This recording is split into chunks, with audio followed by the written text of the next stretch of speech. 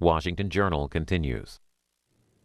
For the next hour, we're going to talk about marijuana laws in the United States, this especially because of changes that occurred on January 1st in Colorado, allowing the sale of recreational use marijuana. To start off this segment, we're going to get an on-the-ground approach to what's happening and some related issues with the Denver Post, Allison Sherry. She joins us by phone. She's their Washington correspondent. Miss Sherry, thanks for joining us. Thank you for having me. For this, since January 1st, could you give our viewers a broad sense of what's been happening on the ground there in Denver or in Colorado overall? Yes, I haven't been to Denver since the marijuana law has taken effect. So what I've read from my colleagues have been covering very well is the sort of first week and a half of the pot shops being open. They opened on January 1st. About 24 or so are now open, mostly in the Denver area. It's really gone pretty smoothly from everything that we've seen. There have been some arrests. There's been little things here and there, but it hasn't. It's gone smoothly, and it hasn't, caused the ruckus that I think some people were predicting. So I think Colorado has gotten some national kudos for pulling this off in the least disruptive way as possible. And I guess for those folks there, they're taking a long-term approach to see what, whether the results or unintended consequences or whatever from the decision that was made as of January 1st. Yeah, I think nobody knows that I think there may be unintended consequences, and there are laws in place for driving with THC levels in your blood. There are laws in place for not having pot on national property, national parks, national forests, national monuments, all off limits. There are rules still being sort of worked out, and there may be unintended consequences, but it's only been 11 days, so I don't think we've seen it yet. We just saw it, Allison Sherry, a couple of spin-off stories actually stemming from the decision. This one from Colorado legislators taking a look at some of the financial background to the decision. Could you tell us a little bit about what's going on? The members of Congress, one of the main problems with Colorado's with Colorado and actually a lot of other places that have medical marijuana dispensaries is that the dispensaries themselves cannot open commercial bank accounts because it's still under the Controlled Substances Act. Under federal law, it's still illegal. That a lot of the banks, it used to be that there were a lot of local banks, and now most banks are federal banks with FDIC backing. A bank like Wells Fargo or Chase is not going to allow a medical or a marijuana retail shop to open a commercial bank account because it's still against federal law, which means most of the shops in Colorado, and I'm assuming elsewhere, although I haven't done the reporting on that, are operating on cash only, which is obviously very dangerous for the employees and for the store itself. It's a target for burglaries and that sort of thing. So a number of our members of Congress, Colorado has 9 members with the 2 senators, are working on trying to get that fixed. There's a law pending in the House of Representatives that hasn't gone anywhere. Representative Ed Perlmutter, who's a Colorado House member, has introduced. But yesterday, a number of them sent a letter to both the Department of Treasury and the Department of Justice seeking some guidance on, how banks can help these businesses. Because I think the banks would be fine with having a commercial bank business with a marijuana retail shop. They just don't want to face any federal prosecution on breaking a federal law. So we're trying to work that out now. Allison Sherry, one of the stories you wrote about this topic this week or recently takes a look at the other states that may be considering changes because of what's going on in Colorado. Could you give us a snapshot of what you found out? Well, Colorado and Washington were first. Washington hasn't implemented their law quite yet, but I think you're going to hear later from somebody from Seattle. But, yeah, there are a number of other states now that are pushing for this. 20 states plus the District of Columbia already have medical marijuana laws. And now Alaska has submitted signatures. They submitted signatures this last Wednesday, to get it on the August ballot there. And so Alaska may be the next state to have legalized marijuana, just straight up recreational marijuana, not just medical marijuana. And a number of state legislatures are looking at it right now, too. Allison Sherry with the Denver Post. She's their Washington correspondent, giving us an up-to-date look at what's going on in Denver and other places regarding marijuana laws. Allison Sherry, thank you. Thank you. We continue our conversation here on the set with 2 guests joining us to talk about not only the decision in Colorado, but what happens from there. Joining us here in Washington, D.C., Dan Riffle with the Marijuana Policy Project. He is their federal policy director. Dan Riffle, quickly, what is your organization? Tell us a little bit about it and the approach you take when it comes to marijuana laws in states. Well, we think that marijuana should be regulated somewhat like alcohol, not exactly like alcohol, but our view is that prohibition of marijuana has simply enriched Mexican drug cartels, drug dealers, and other criminals, and that a smarter approach would be to regulate marijuana, tax it, put the business in the hands of licensed tax-paying business owners. Kevin Sabet joins us from Seattle this morning. He is the co-founder of a group known as Smart Approaches to Marijuana. First of all, thanks for joining us. Tell us a little bit about your group and the approach you take when it comes to legalization efforts. Sure. Thanks, Pedro, and thanks for joining me, Dan, this morning.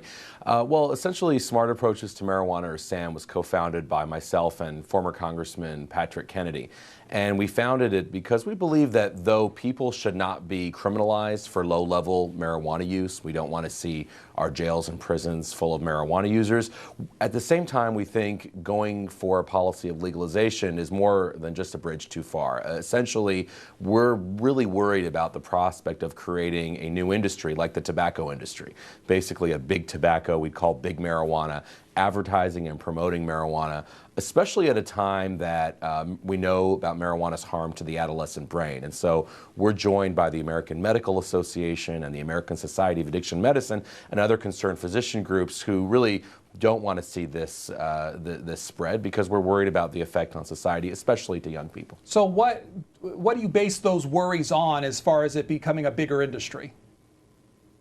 Well, the worries on the bigger industry is that it's already grown exponentially in the last couple of years, with medical marijuana being commercialized and really moving to be de facto legalization, certainly in a state like California, but other states too. There are multi-million-dollar private holding groups, Wall Street investors from New York that are investing millions of dollars in a future marijuana industry. There's a former Microsoft executive, actually from right around here in Seattle, that's teaming up with former Mexican President Vicente Fox, and they have formed what they're calling themselves big marijuana. I mean, we can't really make this stuff up. There are groups saying they want to be the Marlboro version of the marijuana cigarette. They want to be the Anheuser-Busch of marijuana.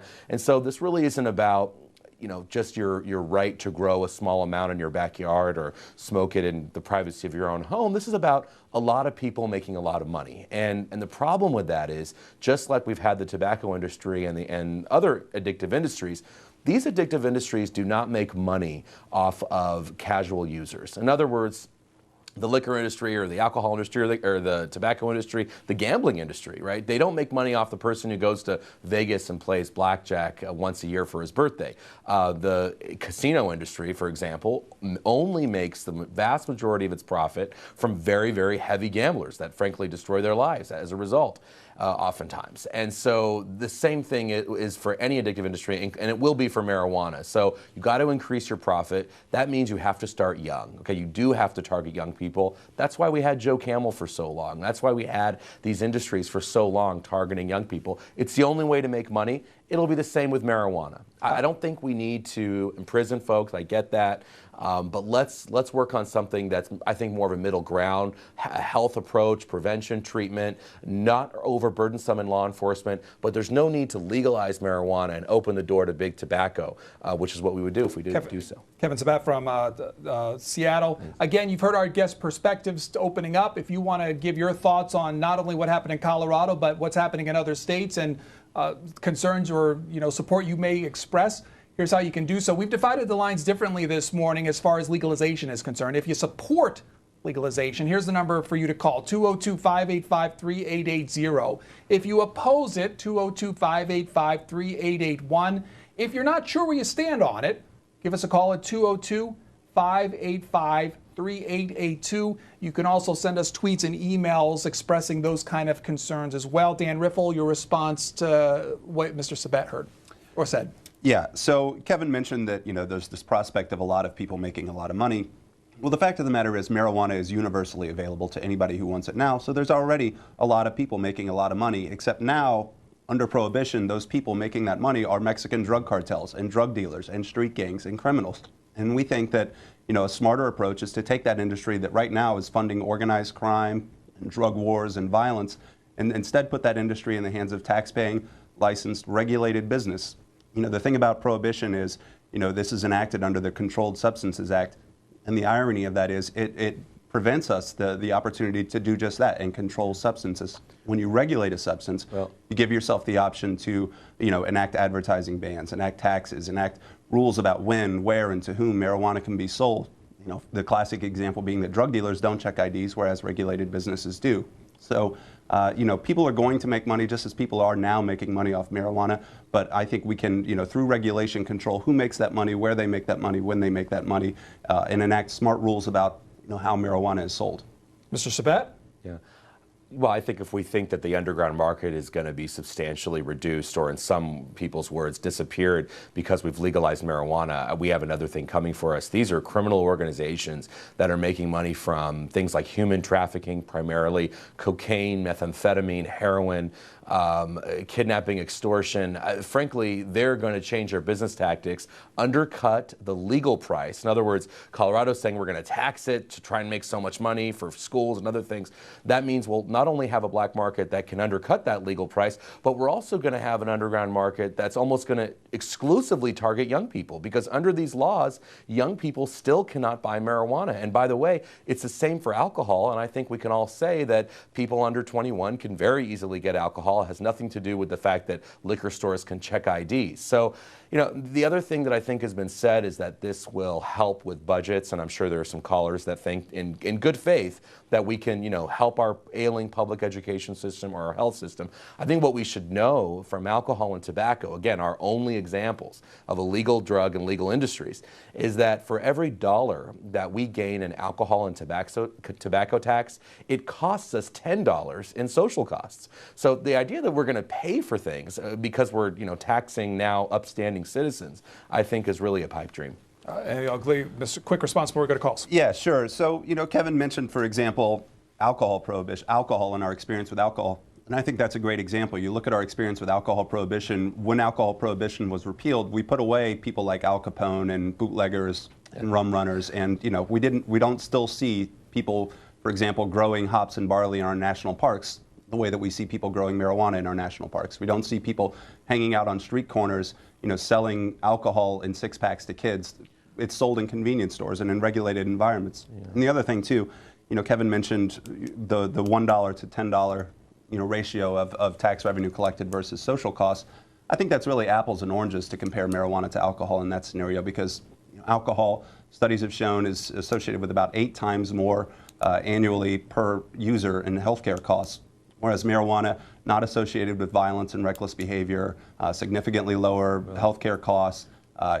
You can't overdose and die from consuming marijuana. You can overdose and die from consuming alcohol. Alcohol is known as the #1 date rape drug on college campuses. Marijuana is not. So, marijuana is a dramatically safer substance. So to compare marijuana and alcohol and say that, we're going to have the same social costs, I think is really a false comparison. So as far as we'll get your thoughts in a second. I want to get in a call, and hold on to your thought. We'll go straight to you. Zach is up first, Springfield, Missouri, joining us with our guest. Zach, tell us a little bit where you stand as far as legalization is concerned. I really believe that it is something that's going to eventually happen, but not with the federal agencies that we are having to contend with.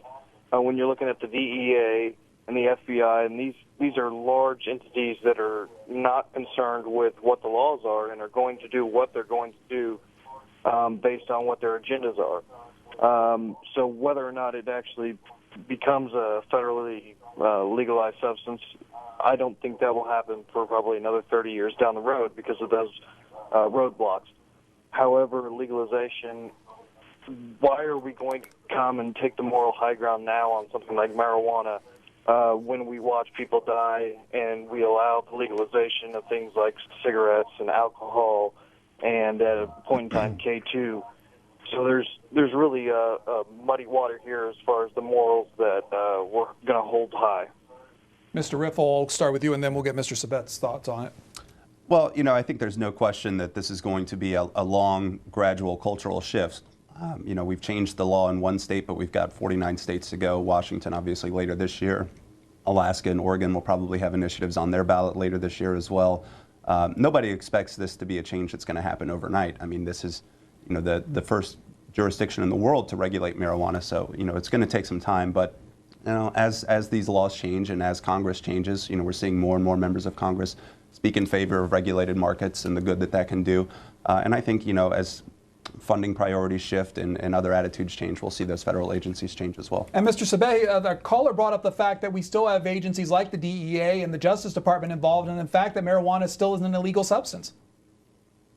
Yeah, well, I mean, the DEA and the federal agencies haven't really been concerned with low-level use, frankly, for a long time. They're concerned with drug trafficking, and if we look at our statistics, it's mainly, in terms of prisons, we're looking at drug trafficking, although we shouldn't undermine the costs that, low-level arrests can have. And again, that's why I think we should reform our current system, not necessarily keep it the same, but I think legalization is a bit far. One of the things, mentioned in terms of, as Congress changes, I mean, it's true. We have a multi-million-dollar marijuana lobby that gives a lot of money now, especially to new people coming into Congress. And frankly, they now have an industry association on K Street, and they're going to be very powerful. And this is exactly the kind of corporate interest, special interest scenario that I think we should try and avoid. Not try and add another special interest that's essentially going to be saying things that are totally in contradiction with the science. I mean, the American Medical Association, I think, is an organization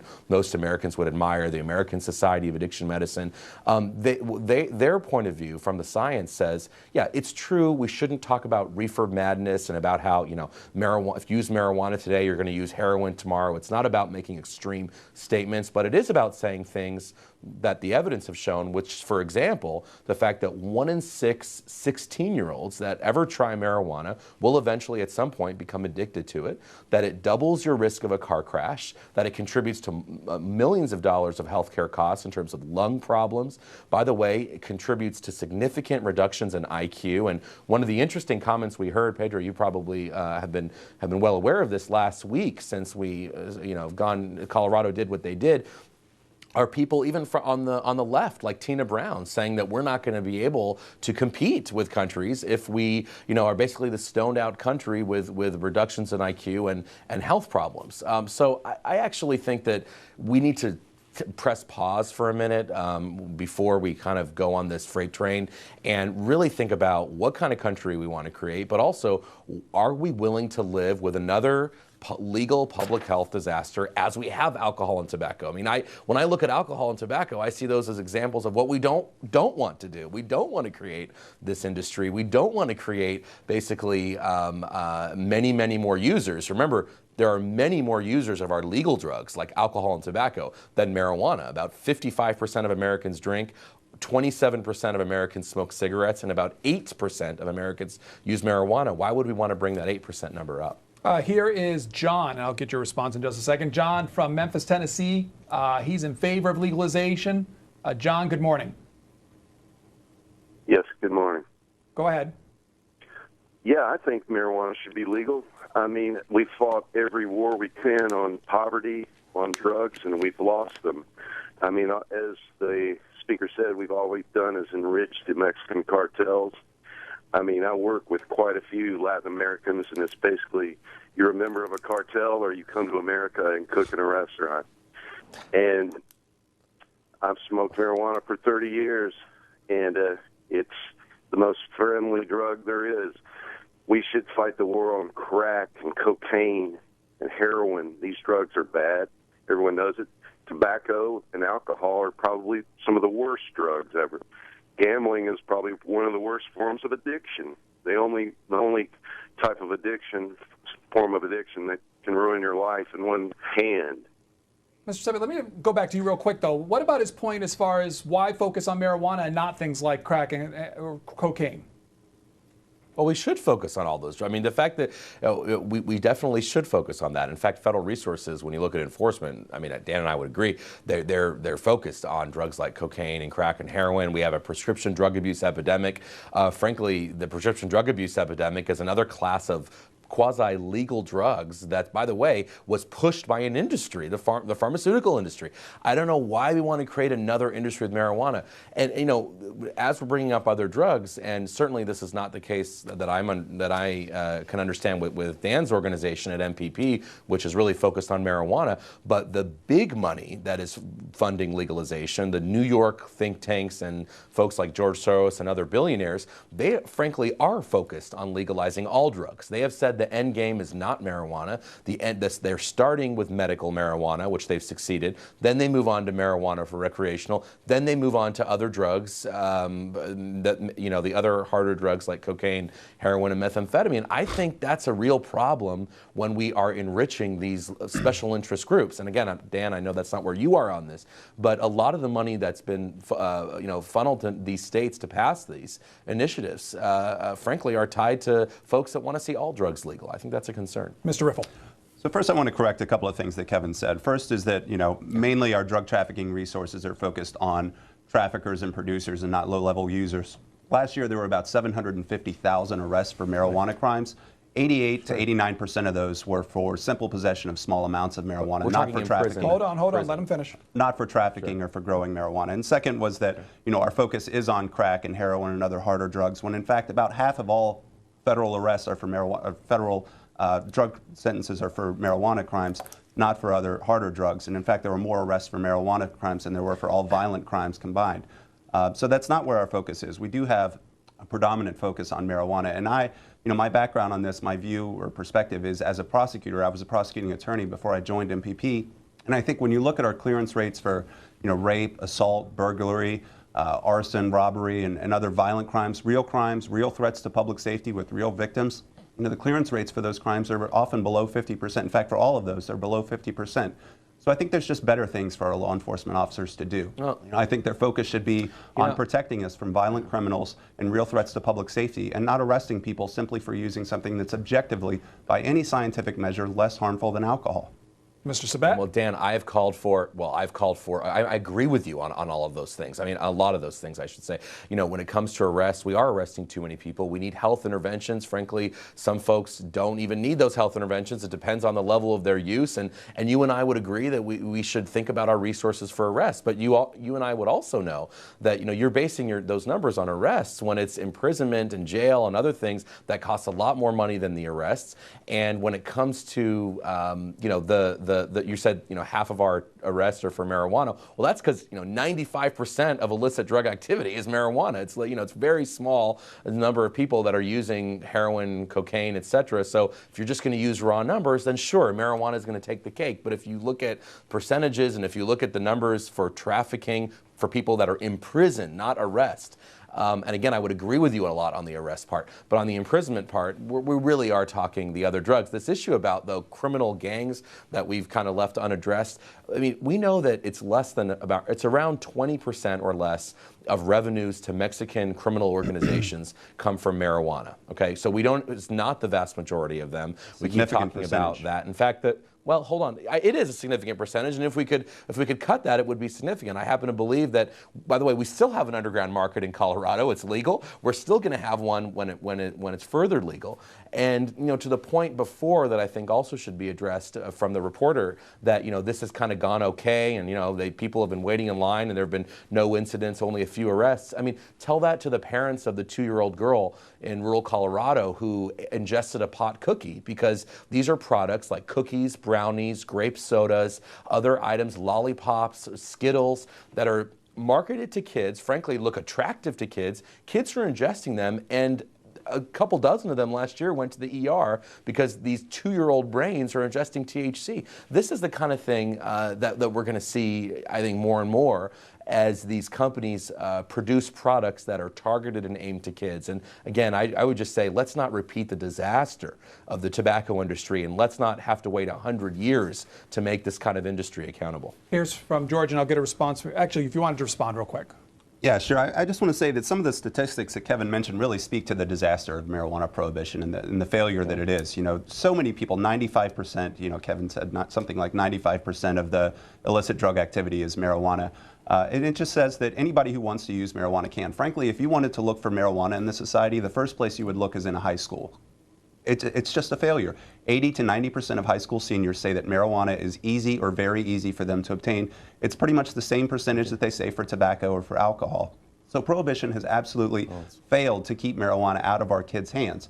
There's a better way to go. We should regulate marijuana. Again, stores that are licensed and regulated check IDs. Drug dealers don't. There's just a better approach to this. So we'll get a call and then get your responses. This is George, Brooklyn, New York, Republican line, and you're opposed to legalization. Good morning. Good morning. How you doing? I just wanted to share a brief experience. I'm against the legalization. I used to have a stepbrother when he was a young kid. He was so smart and he was so terrific, naturally on math. He started experimenting marijuana. And throughout the years, it wore out his brain. His intelligence was completely wiped away. I didn't make any of it. I said, oh, you know, but that's the way he is. Then recently, in our neighborhood, we had 4 kids. 2 of them were experienced with marijuana, and the other 2 didn't. Throughout the course, those 2 that were using marijuana, they become pro-drug culture, and their memory was beginning to erode, and they couldn't keep up. They couldn't advance in education. So somebody could look into long-term use of marijuana and what is it doing to the kids.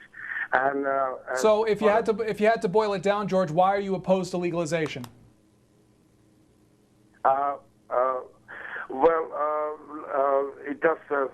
It does something for tomorrow's to our future, which is the kids. It's robbing them from their intelligence, their creativity, and nobody's looking into it. Mr. Riffle, what would you say to that? Yeah, so the caller mentioned, you know, this idea of the gateway drug that, you know, people start with marijuana and then move on to other drugs. And Kevin's a very smart guy, and I think that's one reason you're not going to hear him call marijuana a gateway drug. He knows that every scientific study that's ever looked at that subject has said that, you know, marijuana is not a gateway drug. The Institute of Medicine, probably our most prestigious research body, has said that there's nothing about the physiological properties of marijuana that causes people to go on to use other drugs. And in fact, what a lot of researchers suggest today is that marijuana prohibition is what makes marijuana a gateway drug. You know, when you go in Colorado to buy marijuana, you go into a regulated store that sells marijuana and nothing else. Just like when you go to buy alcohol, you go to a convenience store that says alcohol and maybe, you know, potato chips and other snack foods. But when you go to buy marijuana in a state other than Colorado, you go to a drug dealer. And that's true for even our high school students who buy marijuana. They buy it from drug dealers. And those drug dealers have either an inventory of or access to methamphetamines, ecstasy, heroin, crack, and other drugs, and they have a motivation to sell you those other drugs. And so that's how marijuana can serve as a gateway, because you get introduced in purchasing from drug dealers, you get introduced to a market for other drugs. Mr. Sabet? Actually, yeah, well, first, the market for marijuana right now in the U.S. is actually relatively nonviolent. And Dan is right. The vast majority of marijuana users do not go on to heroin or cocaine. But let's be very clear. The vast majority of heroin and cocaine addicts started with marijuana. So, you know, whether it's gateway or not, I think it's a term nobody really even knows what the definition of that is. We know there's an association. It's the mechanism. That's the question that researchers are looking for.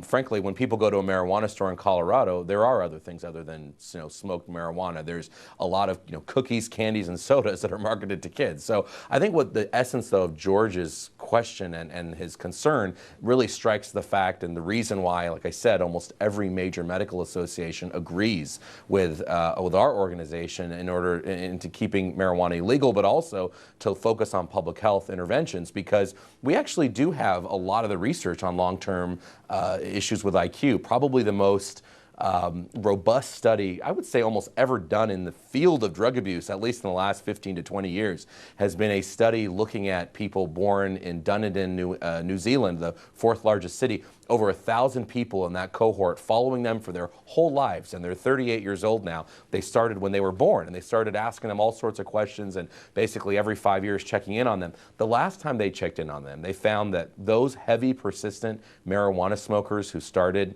and used when they were teenagers for a few years, for a couple times during the week, basically heavy users, by the time they were 38, they had an average 8-point reduction in IQ. Now, 8 points is enough to take you to the bottom third of the global IQ intelligence scale. It is the difference between a job or not. It is the difference between a degree or not. So what George is saying with his experience of those kids in his neighborhood and his brother and his friends and other people, is true for some people. Now, we're not saying that's true for everybody. We all know people who smoked marijuana that, haven't destroyed their lives, and this is not one extreme or the other. The point is, it increases your chances. And at a time when we're trying to increase public education, increase worker productivity, increase our economy, help others in terms of living a healthy lifestyle, why would we want to expose people to that risk, which there's a significant risk, even if it doesn't happen to everybody, of things like a reduction in intelligence and all sorts of other health problems. A little bit about our guest. You just heard from Kevin Sabet of Smart Approaches to Marijuana. He's their co-founder, previously had several positions at the Office of National Drug Control Policy and worked in research in this area, also an author of a book on this subject. And also joining us, Dan Riffle, Marijuana Policy Project. He's their federal policy director. Both of them talking about joining us, and you heard about Mr. Riffle's previous career in law. Both of us joining us to talk about issues regarding marijuana laws in the United States. If you're just joining us, if you want to weigh in, especially what happened in Colorado and what's next after that, the numbers on your screen divided differently this morning. If you support legalization, it's 202-585-3880. If you oppose it, 202-585-3881. If you're not sure, 202-585-3882. Here's someone who's in favor. This is Nick, Glendale, Arizona. Good morning. Good morning. I figured it's time you guys had an expert on the show. Mr. Sabet, I got a question for you. It says you say you do research. Have you ever smoked marijuana? I have not, but I frankly think that's that's an irrelevant question. Well, hold on. I got to be able to answer your question completely. Excuse me. Well, Mr. Sabet, let him finish. I asked you a question. You gave me the answer. Please just give me an opportunity to talk, because I have very limited time. You don't. Sir, here's the thing. When you talk about research, okay, I've been smoking marijuana. The first joint I smoked was with my scoutmaster when I was 11. I'm a 50-year-old man. What I'm trying to explain to you is this. First of all, research is what I did, not what you do, okay? I've been smoking for 35 years. And let me tell you this. I've smoked almost every single day of my life. And as far as, I have 5 children, by the way. 3 are, one just graduated summa cum laude from Arizona State, and the other 2 are in college. Great, congratulations. None of my 5 children smoke marijuana, although every one of them has been told, when you turn 18, if you are interested, you please come talk to me. And they said to me, well, Dad, would you recommend it? And I said, well, listen, I'm not a hypocrite. I couldn't smoke it for 35 years and then tell you it's not a worthwhile drug. I think it's the best thing God ever put on earth. Having said that, I said, but you know what? It's illegal. And there's people out there like Mr. Sabet who get paid by God knows who. I'd be very interested to know who funds you. Oh, I'm very happy to tell you. To tell you things like, I'm from the age of, we still had, what was it called, reefer madness? Let me tell you something, sir. Mm-hmm. The reason marijuana is illegal has been, and all anybody has to do is do the history and research, is it's been racist. It's been about things like the hemp products, which outlast so many of these other products that are made from petroleum. It's been about a lot of things. Okay, and we'll let Nick there. Mr. Sabet, if you wanted to start. Well, sure. Well, I mean, I don't think anybody would say that, a cocaine researcher who works in the National Institutes of Health needs to use cocaine in order to be able to talk about it or research it, or that somebody that researches why people commit suicide in the mental health crisis needs to have that attempted suicide in order to do that. So, I guess, what I would say is this has been a very polarizing discussion, and frankly, we need to turn the temperature down a little bit. That's why it's nice to talk to Dan at 5 in the morning, and you, Pedro, and have a rational, sane conversation about marijuana policy without getting all worked up. I don't deny the fact that the originations of some of our drug laws certainly came from places that we should be shameful about. And frankly, I thought that the previous caller talking about how the Latino minorities in his area that were either working at a restaurant or he said were a part of a drug gang, and he was therefore in favor of legalization, I also found very, very offensive. So look, we've had that racism then. We certainly have it today.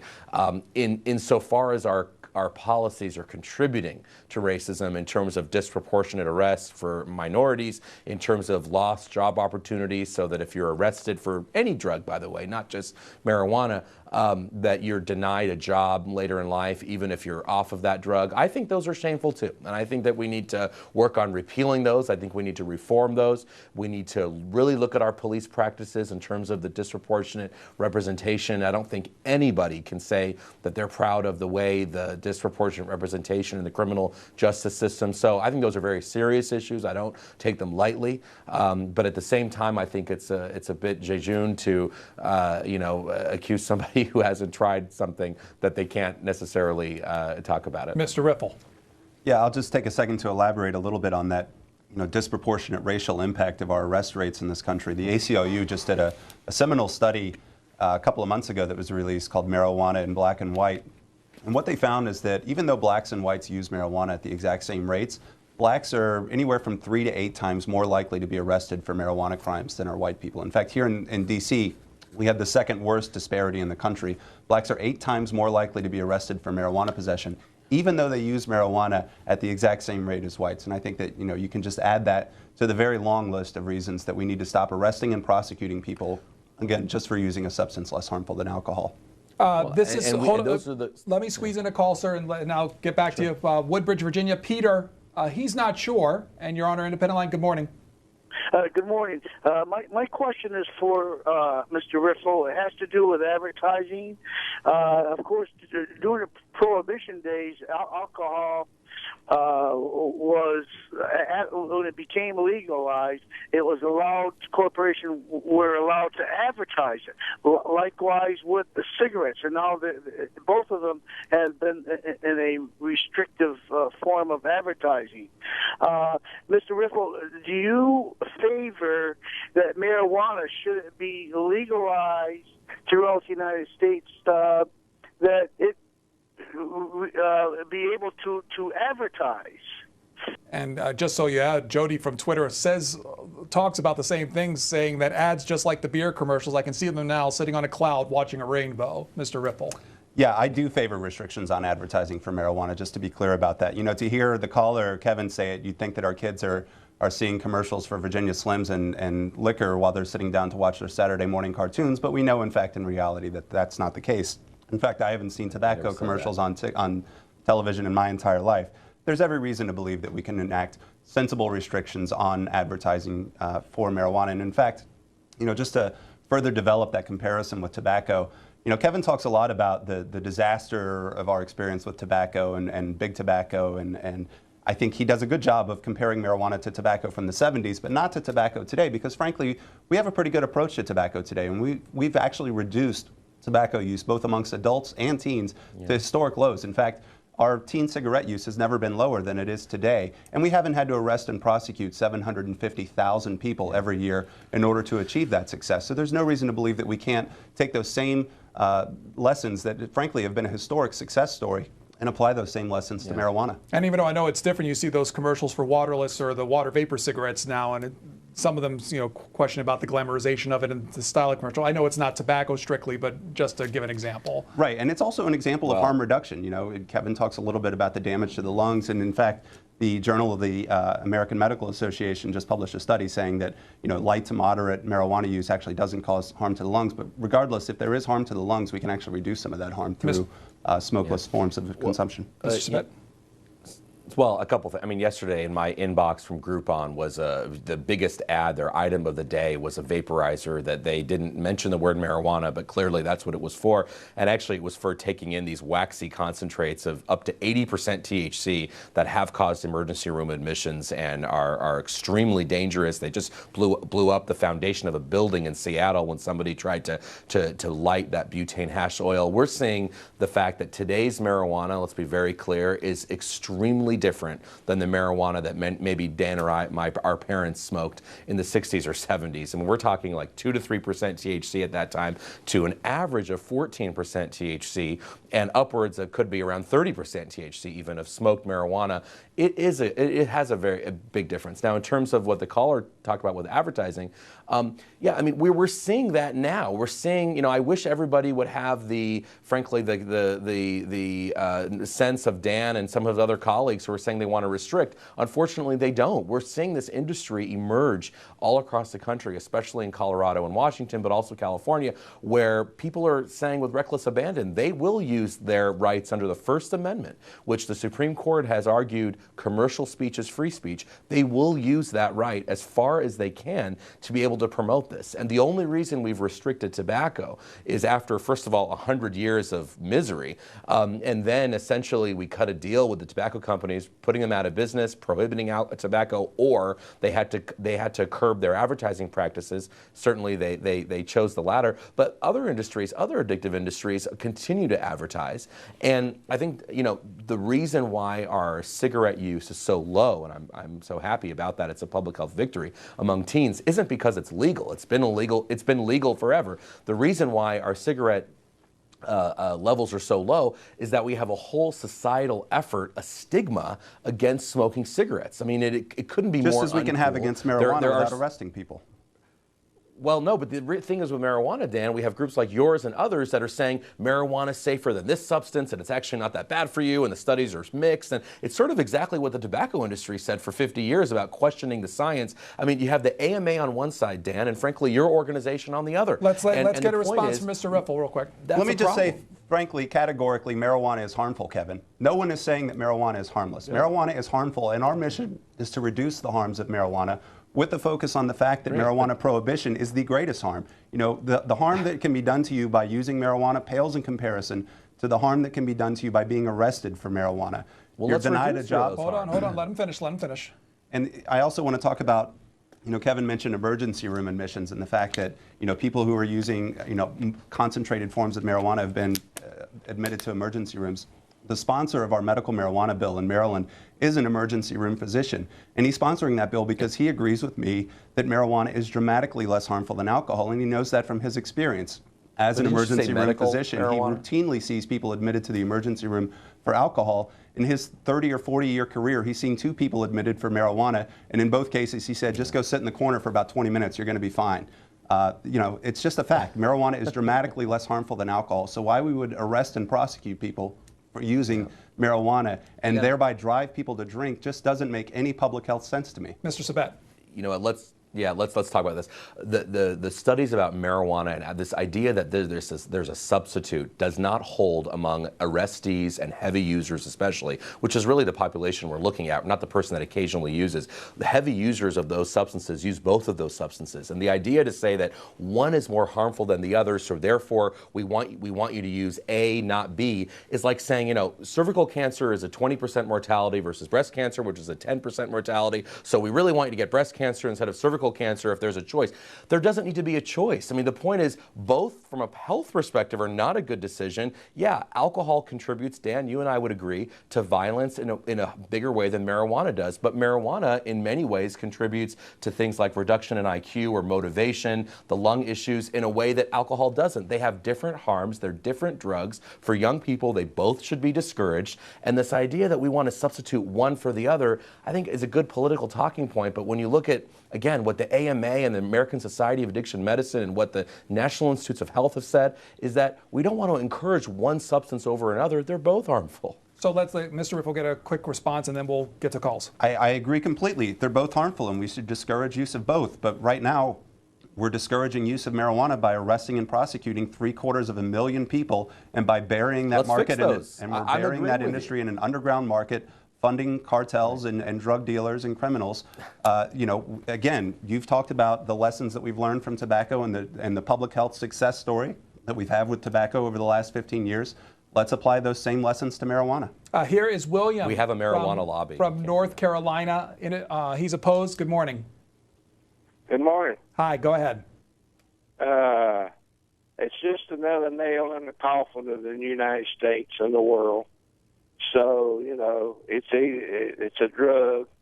You get out here on the highway smoking it. So it's pretty simple to me. It's just another drug. So that's about the comment that I'd like to make. But why are you opposed to it? Well, the law, if it's a illegal drug, I mean, it don't make no difference. Just like alcohol. We're talking about alcohol. What happened to it all the years?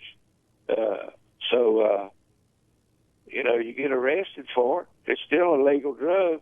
You can't get arrested because it's a legal drug. That's a joke. Well, and ultimately, Mr. That's Riffle, actually hold on. A great point. Mr. Hold on. Let's get Mr. Riffle first. Any response to that? Yeah, I mean, like the caller said, it's a harmful drug, and Kevin said earlier that we should discourage consumption because it's harmful. Well, eating fast food cheeseburgers is harmful as well, but we don't discourage that by arresting and prosecuting people who do that. We don't arrest and prosecute people who are obese as a way to encourage society to be skinny. There's just smarter ways that we can enact public policy measures in order to discourage drug use or encourage healthy behavior than arresting and prosecuting people. Mr. Sabet. Right.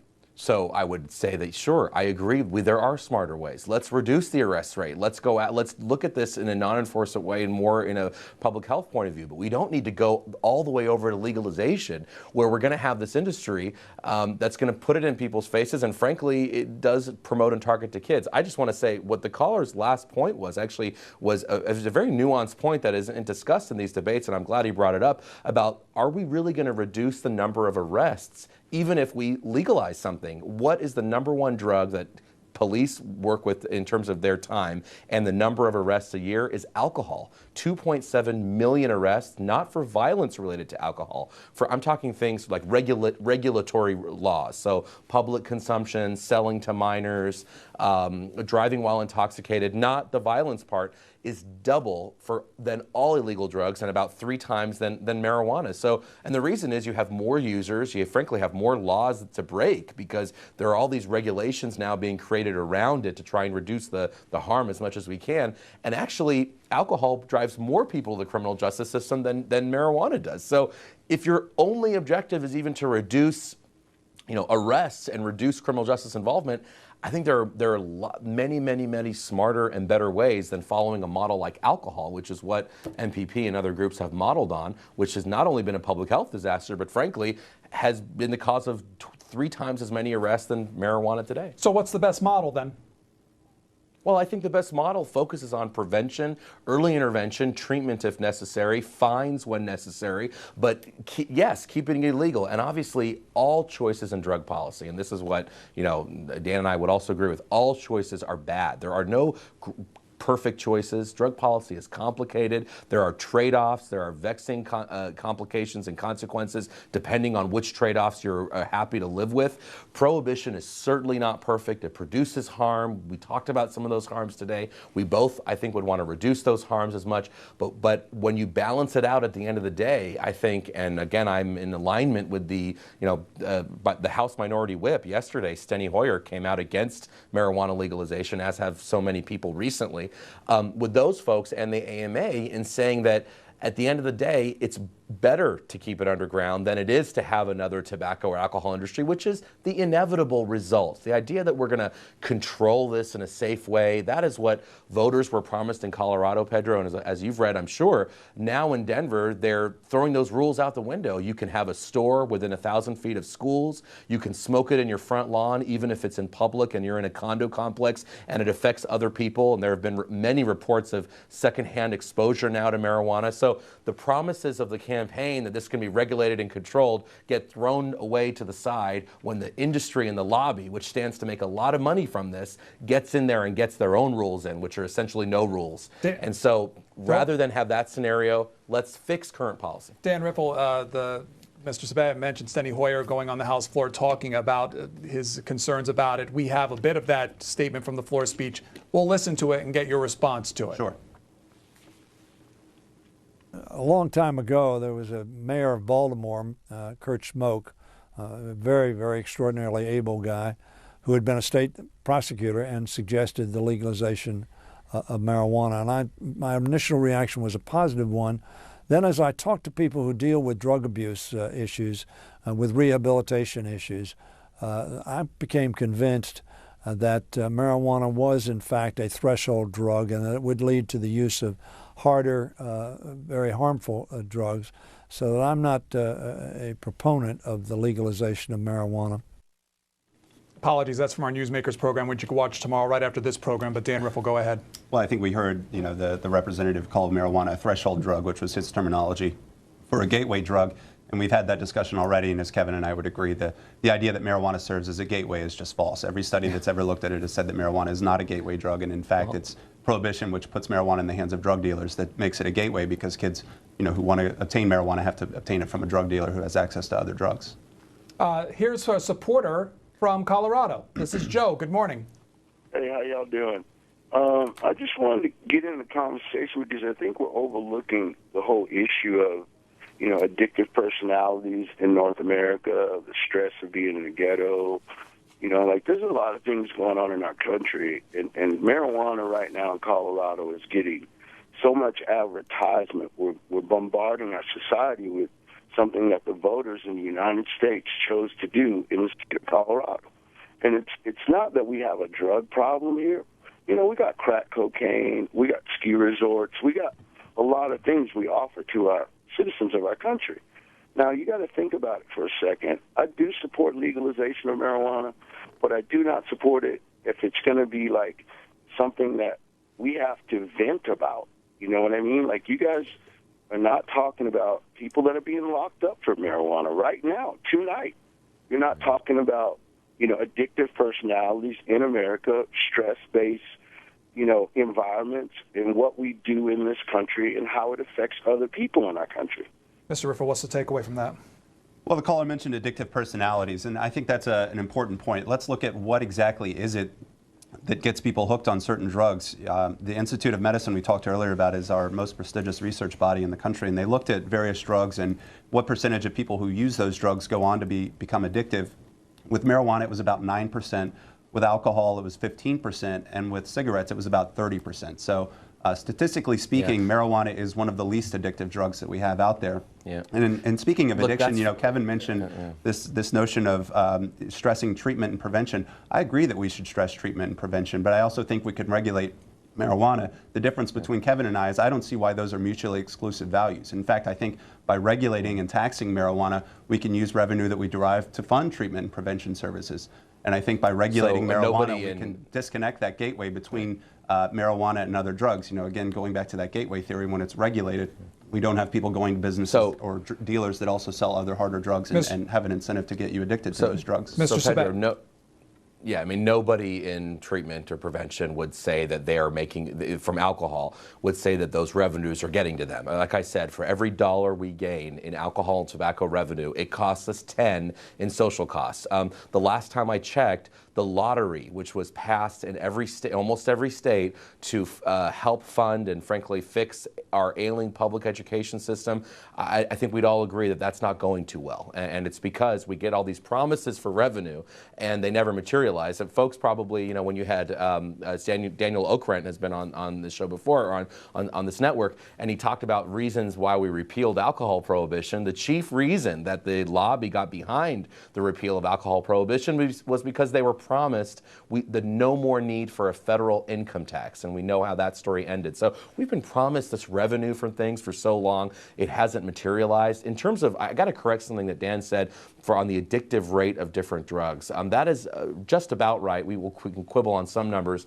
for adults, but what we're concerned really is with adolescents. And actually, alcohol and marijuana are about equally as addictive for adolescents. That means that 1 out of every 6 kids that begin using marijuana or alcohol actually at that time will become addicted. And actually, if you start at age 14, it's 1 in 4. And that's because the developing brain is really forming and priming and developing really who it's going to be up until about age 25 or 28. And so those drugs can affect you that way. Is it less addictive for kids than tobacco or heroin? Yes. But again, it's like saying this part of cancer is less likely to kill you than this other one. They're both not desirable things that we want to do. And as long as we start legalizing marijuana, and frankly, this agenda that others have, not Dan, but others, to legalize all drugs, we're going to have kids start earlier and earlier, and we are going to produce the kind of addiction that frankly is going to cost society, not just financially, but also in terms of the kind of country we are. Let me get both of your thoughts on public perception issues. CNN did a poll this week on January 6th talking to people about legalization and what they thought about it, saying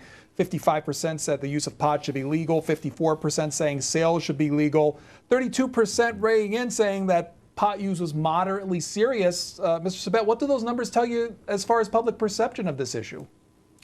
Well, clearly, I mean, Dan and I would agree with this, that there has been a shift in the last, 10 to 15 years in favor of legalization. I mean, no one's going to deny that. Although what we always forget is the fact that, 5 states previous to Colorado and Washington actually defeated legalization, one of them being Oregon in 2012, and it somehow doesn't get mentioned. But, what's interesting is that in the 2 states that this has passed, both of those states outspent their opponents something like 5 or 6 to 1. So, yeah, when the message is out there that this is safer than alcohol and this is going to give you revenues, I think a lot of people think it's worth trying. We should be able to grow a plant or 2 in our backyard. I should be able to possess it and not go to prison and not go to jail. And so the public perception changes. Of course, a lot of that's based on really shaky information that doesn't comport with groups like the AMA. One poll I didn't hear you mention, Pedro, that I think we should, is the Rasmussen poll that came out last week that only showed 42% support. Polls, the Gallup poll is more in line with the CNN poll. The Rasmussen poll is more in line with the traditional other polls that we've had last year.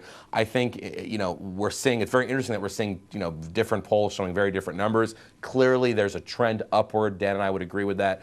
I think one of the most useful gauges, which I don't believe it's come out, and Dan, you can correct me if I'm wrong, comes from the General Social Survey, which is really the survey that academics use as a much more accurate barometer of attitudes and behaviors in America. That for 2012 was around, I think, 43%. We don't have the 2013 numbers in yet. Obviously, we'll see. Alaska and Oregon may be the 2 that are going to vote on it next. But frankly, I think a lot of people are seeing how things are going in Colorado. They're noticing the advertising and their marketing. And I think that, people may have second thoughts when they see that, wait a minute, I thought I was just voting for personal liberty and the right to grow a plant or use it. I didn't realize I was voting for essentially creating this industry. Is this what we really want? So, obviously, Riffle. time will tell. Yeah, so first of all, this notion that we were able to outspend our opponents 6 to 1, there's a reason we were able to outspend our opponents, and that is we don't have that many of them. I don't know too many people other than Kevin who are interested in defending a policy as disastrous as marijuana prohibition has been. And second, going back to this notion of addiction rates. Kennedy, you have this going back to this notion of addiction rates and the idea that marijuana is so addictive to our young people. If that's true, then we should pursue public policies that are effective at preventing access to marijuana for our young people. And we know that marijuana prohibition has failed. Again, 80 to 90% of high school seniors say that marijuana is easy or very easy to obtain. And I want to go again back to tobacco. The Monitoring the Future survey, it's released every year, which shows teen use rates for tobacco, alcohol, marijuana, and other drugs. And the findings last year showed that more kids were using marijuana than tobacco. And in fact, so what that says is that we've reduced tobacco consumption to below our marijuana consumption rates. And so what that says to me is that the model that we have for tobacco, which discourages advertising, which promotes honest education to our kids, and which encourages parents to talk to their kids about tobacco use, has been effective at reducing tobacco use rates amongst our young people to historic lows. And again, we haven't had to arrest and prosecute 750,000 people every year in order to do that. So that's a policy that's actually been effective at reducing teen use. Marijuana prohibition is not. So I think that's a smarter approach for us to pursue. So before we get your before we get your final comments, let's weave in one more call. This is Deirdre from London, England. She's opposed to legalization. Go ahead. Hi, good morning to you. First of all, a question for Dan Riffle. He says that alcohol is more marijuana is more dangerous than alcohol because it kills more people. But legalizing marijuana means more people will use it, particularly the young, as has been discussed during their developmental stage. So the harms and the deaths from legal pot will rise to match those of other legal drugs. And also to compare it with alcohol is a diversion. It is more accurate to compare legalizing pot with increasing human traffic and slavery, because that's what the drug cartels are going to. I'd also like to say he has not read the headlines. It is utterly untrue that marijuana does not cause violence. There are people who have murdered. There are school shootings and massacres by people on marijuana. And it is also known, whether you believe that marijuana leads to schizophrenia or not, it is absolutely true that a lot of people, too many people in schizophrenia, will not take the drugs they need when they go on pot. Mr. Riffle, you want to start first? So, you know, the notion that marijuana leads to violence is just absurd. And, you know, when I say that marijuana is not associated with violent behavior, whereas alcohol is, you know, I'm saying that based on what I've read from the Department of Justice and my experience as a law enforcement official myself. And I also want to talk about this notion that legalizing marijuana will necessarily mean more use. When you look at other countries with more permissive attitudes towards marijuana, for example, the Netherlands, where sales of marijuana have been tolerated, you know, relatively legally for decades, fewer teens actually use, a smaller percentage of teens actually use marijuana in the Netherlands than do here in the United States. Portugal legalized all drugs a few years ago. Fewer teens use marijuana in Portugal than in the United States. Even within the United States, when you look at certain states that have decriminalized marijuana, for example, versus other similar states that have harsh penalties, you know, Maine, for example, is decriminalized up to a couple ounces of marijuana and has the lowest teen use rate in all of New England, whereas neighboring New Hampshire, which has harsh criminal penalties for possession, has higher teen use rates. Same in the Deep South. Mississippi actually decriminalized marijuana in the 70s and has lower teen use rates than neighboring Alabama, which has harsh criminal penalties. So there's no evidence to this notion that by, you know, regulating marijuana, we're going to have necessarily more teen use. Mr. Sabet. Thank you. Well, a couple things we need to clarify. Portugal has not legalized any drug. Let's decriminalized be very clear. all they drugs. have it basically. Yeah, well, you said legalized. Okay, glad you corrected it. They have a version of decriminalization. The issue of the Netherlands is they've always had lower. Frankly, almost every country in Europe has always had lower levels of violence, of alcohol abuse, of drug abuse, of all these things. And yeah, that didn't change. Although in the Netherlands, when they became more permissive, youth marijuana use actually tripled 300% from the 80s to the 90s after they had that. The notion I think we haven't talked about that we do is the connection to mental health. And the reason why Mental Health of America, the reason why the mental health associations, the National Alliance for Mental Illness, the reason why someone like Patrick Kennedy has joined, and I think it's an affront, Dan, to say that, you know, you're giving me too much credit here to say that I'm the only one here opposing it. I'm joined by almost every major medical association, including mental health groups and people like, you know, Congressman Patrick Kennedy from the left and David Frum and David Brooks on the right, a broad coalition of folks who agree and have seen the research regarding schizophrenia and psychosis, have seen the research regarding depression and anxiety. And I think, you know, we can argue about the policy, and Dan, you and I will come out on different sides, but, you know, the idea of questioning the science and what the evidence has shown and what the major medical groups have said, I think is a bit more than just a bit disingenuous. This is, you know, frankly, something that we need to have a much more accurate, honest conversation about in terms of whether we should legalize marijuana or not. And right now, it's the medical groups and the scientific groups and the other people on one side, and frankly, a lobby that stands to make a lot of money on the other. So we've talked about it for an hour and 10 minutes plus now, but before we go, I want to get your quick thoughts on what's next. Now that we've seen Colorado, what do you look at next personally as far as the topic is concerned? Mr. Sabet, we'll start with you.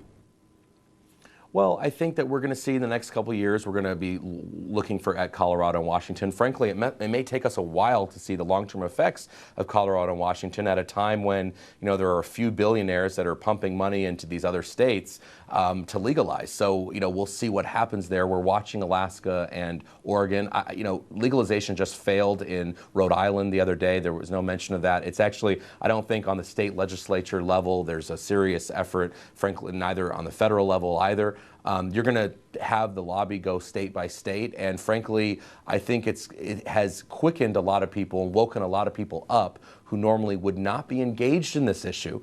But now they see this as real. They see the advertising, and they are bombarded. Even the caller who agreed with legalization from Colorado said he's bombarded by the advertising and the marketing for this. And I think that's actually going to wake up a lot of people, and people may have second thoughts. I don't think it's going to be as easy of a road as we're sort of hearing from a lot of the proponents. Mr. Riffle. So what's next is a lot of other states are going to follow the path that Colorado voters and Washington voters have beaten. In 2014, we'll see initiatives in Oregon and Alaska to tax and regulate marijuana. In 2016, we'll see an initiative that will pass in California to tax and regulate marijuana, where, just to address one of Kevin's concerns about the idea that the scientific and medical community is universally opposed to legalization, the California Medical Association actually supports taxing and regulating marijuana. Arizona, Nevada, and Maine are other states that are going to pass initiatives to tax and regulate marijuana in 2016. And state legislatures around the country are also looking at this. Kevin said somehow that legalization had failed in Rhode Island. That's not true. The governor simply questioned whether he would support it or not, but the legislative session is just getting underway, and there hasn't been a vote on that issue yet. New Hampshire, Maryland, Delaware, Hawaii, those are also states that are looking at this in their state legislature. And I think as we see more and more states do this, we're going to see more and more federal officials change their perspective too and come out in favor of legalization, as has happened over the last couple of years. Two guests joining us for this discussion today. Dan Riffle of the Marijuana Policy Project. He's their federal policy director. Kevin Sabet of Smart Approaches to Marijuana.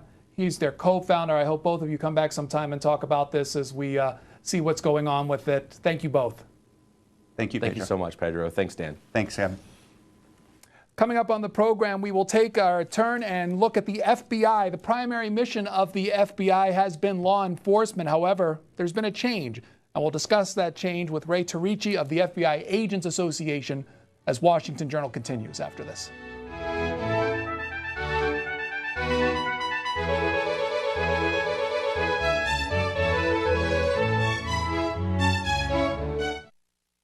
Nancy Reagan was the first sitting First Lady to address the United Nations and the first to address the nation in a joint appearance with the President. So to my young friends out there, life can be great, but not when you can't see it. So open your eyes to life, to see it in the vivid colors that God gave us as a precious gift to His children, to enjoy life to the fullest and to make it count. Say yes to your life. And when it comes to drugs and alcohol, just say no. First Lady Nancy Reagan has our original series, First Ladies, Influence and Image,